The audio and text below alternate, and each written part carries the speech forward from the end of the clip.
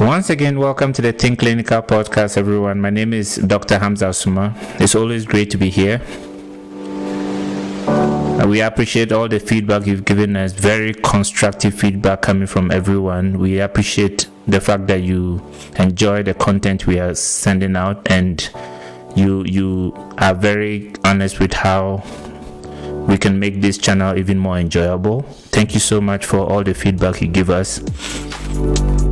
We have definitely considered everything, and we would keep improving, make sure that we are able to get this right. Today we are going to be looking at a very important thing on Doctorpreneurship, and is the ABCs of Doctorpreneurship. What I think you should know or be aware of fundamentally before you decide to make that decision to go into Doctorpreneurship. What are the things you need to be aware of and put in place before you even embark on this journey? And once you're aware of these things, your chances of really making it through, especially your first 5 years and beyond, is very high. And especially on the African continent, where we have very specific problems, you need to be aware of these things and make sure that you have them in place before you embark on this journey. So welcome once again. I'm happy to be here, and I'm happy to share this with you. So I like to define the A as access, and access for me comes in so many different forms, but on top of that list is access to funding. It is important, regardless of what you decide to do in Doctorpreneurship. It's important before you step out of that consulting room and explore what is out there in healthcare entrepreneurship. You evaluate how much access you have to funding. Now, on the African continent, this is a whole different story, because I have seen even established businesses struggle to get funding to keep going.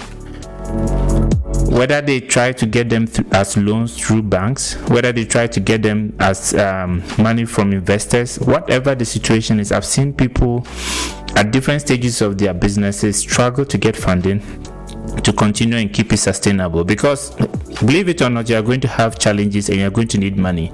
And one of the things that need to be in place before you start and as you go through your business is to make sure that your finances, your money is right, your funding is available, to help you navigate the different hurdles that will come in and then position you better for success. So one of the things you need to really look at under A, which is access, is funding. And I've seen ideas in the United States, and I've been part of a lot of initiatives where people were ready to even just fund an idea. And we don't have the same situation in Africa where people are ready to put money into an idea. Like, we lack that faith, and it makes it very difficult for us to keep running businesses and sustaining them. So not everybody has the same problem, but unfortunately in Africa we have this problem, and it's a big problem. And it's not just in the healthcare industry, it's across all industries. You find people literally struggling to keep their businesses going because they don't have the funding. And there are a couple of people who think by virtue of the fact that they've saved some money and would be able to run their business successfully. There's a very little chance of succeeding, especially when you are in an industry like the healthcare industry, which changes very rapidly and is capital intensive. You will need some form of external funding, whether in the form of a bank loan, whether in the form of an venture capital funding. Whatever you decide to get your funding from, access to funding is the first thing you need to think about. The second thing is access to your team, or the right team. And this has been one of the biggest downfall for a lot of companies that I know, because there's a natural tendency, and I mean that has happened to me too, where I'm starting a company and I like to surround myself with people I know, people I'm very familiar with, people I can trust.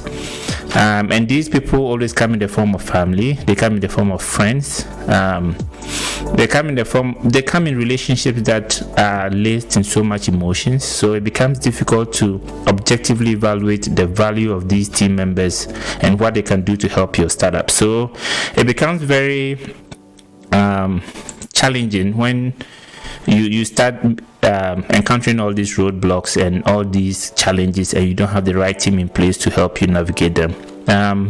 You as a founder, you only know enough. You don't know too much to keep you going, so it's important you have people whose skill complement your skill. And sometimes, in fact most of the time, these people are outside your immediate friendship group. These people are outside your immediate family circle. These are people you need to actively go out, sit with them, talk to them, give them a piece of the company if you need to, but make sure you have the right people who would be able to help you grow.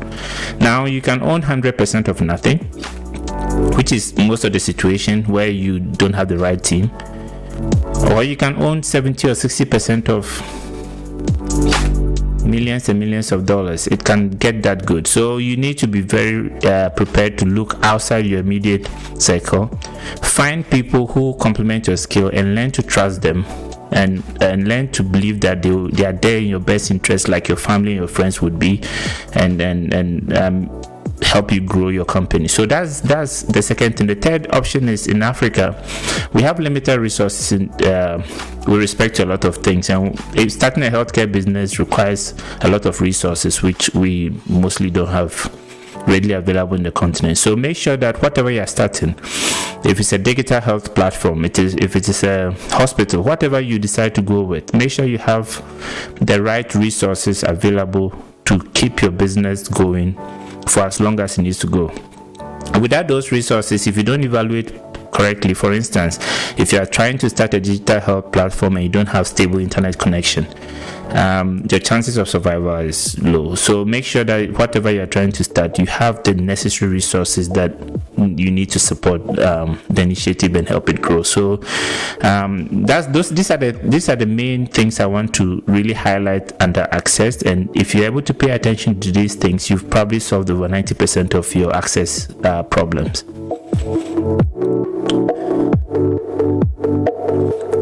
When we talk about B is branding. And branding is the most commonly ignored thing as far as doctorpreneurship is concerned. Most doctors start their businesses or jump into businesses without first considering how they want to be perceived by the people they are serving, how they want to be perceived by the population, how they want to be perceived by their patients. A lot of doctors don't even pay attention to that. But this can be the most important thing that either makes or unmakes you. Please remember that when you go into a field, you have people who are already in the field and who have established themselves. And as a consumer, everybody you buy a product from or a service from, they are positioned in your mind in such a way that whenever there's a need or you have a need, you are leaning towards one option than another, just for different reasons. And that is what branding does most of the time. Branding usually would lead to a situation where when the person thinks about the service in a certain way, the first option they have coming into their thinking or in their minds is you. And that is how you decided to position yourself, and how make sure that any visuals you put out there, be it your logo or whatever it is, comes with some meaning. People should be able to relate to it. It shouldn't just be a random work of art that is beautiful and means nothing to anybody. People should be able to look at it and be able to determine what you really stand for, what it means. And that goes with all other things that are visual, because one of the biggest things that shape our perception is what we see. And a lot of the time you probably meet somebody for the first time, and just by looking at them you form an impression or a perception of who they could be until probably you speak with them. So make sure that your visuals are on point. The way you look, the way you talk, the way you present yourself is important as a business owner, because it reflects on your business too. And among that, make sure that you constantly communicate how you want people to perceive you.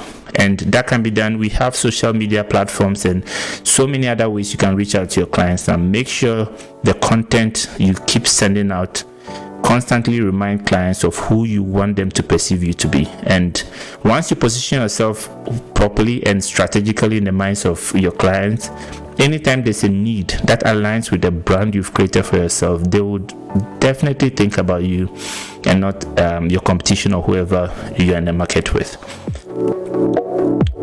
The third thing is our C, which is consistency. Consistency now, it wraps up your whole journey of doctorpreneurship. I must emphasize that this is a very, very difficult, frustrating journey that not too many people will succeed, because not everybody is cut out for the journey of doctorpreneurship. It's hard. It's a very difficult thing. It's a very difficult journey you would ever take. And one of the things that you need to pay attention to is that once you decide to embark on this journey, you need to consistently show up every single day of your life, regardless of how things are. Things can be good, and most of the time things are bad, but you need to show up every day. You need to be consistent with who you are. You need to be consistent with how you want to be perceived by your employees and the clients you serve. You need to constantly demonstrate a consistency in behavior and how they should see you. You don't show up looking all professional and all good during times when your businesses are good, and show up casually when businesses are bad. You need to be consistent. If you want them to perceive you as the casual doctor they can feel comfortable around and talk to, that's fine. If you want them to perceive you as a professional who is serious about what he does and knows what he does, and just make sure you're consistent with what you communicate out, whether the way you look or what you say and how you behave, especially because people are watching. And if you behave in a way that's not consistent with the brand you're trying to create, there's absolutely no way people will perceive you in that way, and in that case you are failing to really project your brand. So these are the three main things you need to keep in mind when you're starting, and I call them the ABCs because you need the access. You need the access to funding, you need the access to the right team, you need the access to resources. You need to be sure you have these in place.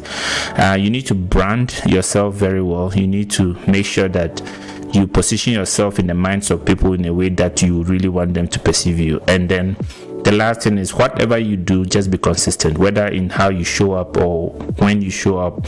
Make sure you are consistent in your behavior and everything you do throughout your journey. And once these are laid down in the beginning, you have a higher chance of going really far in your entrepreneurial journey.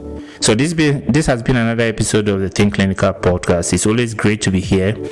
Make sure you leave your comments in the comment section. If you have any feedback for us, please make sure you reach out to us, and we will definitely take that into consideration and make the necessary improvements that we need to do at all times. Thank you so much, and have a great one.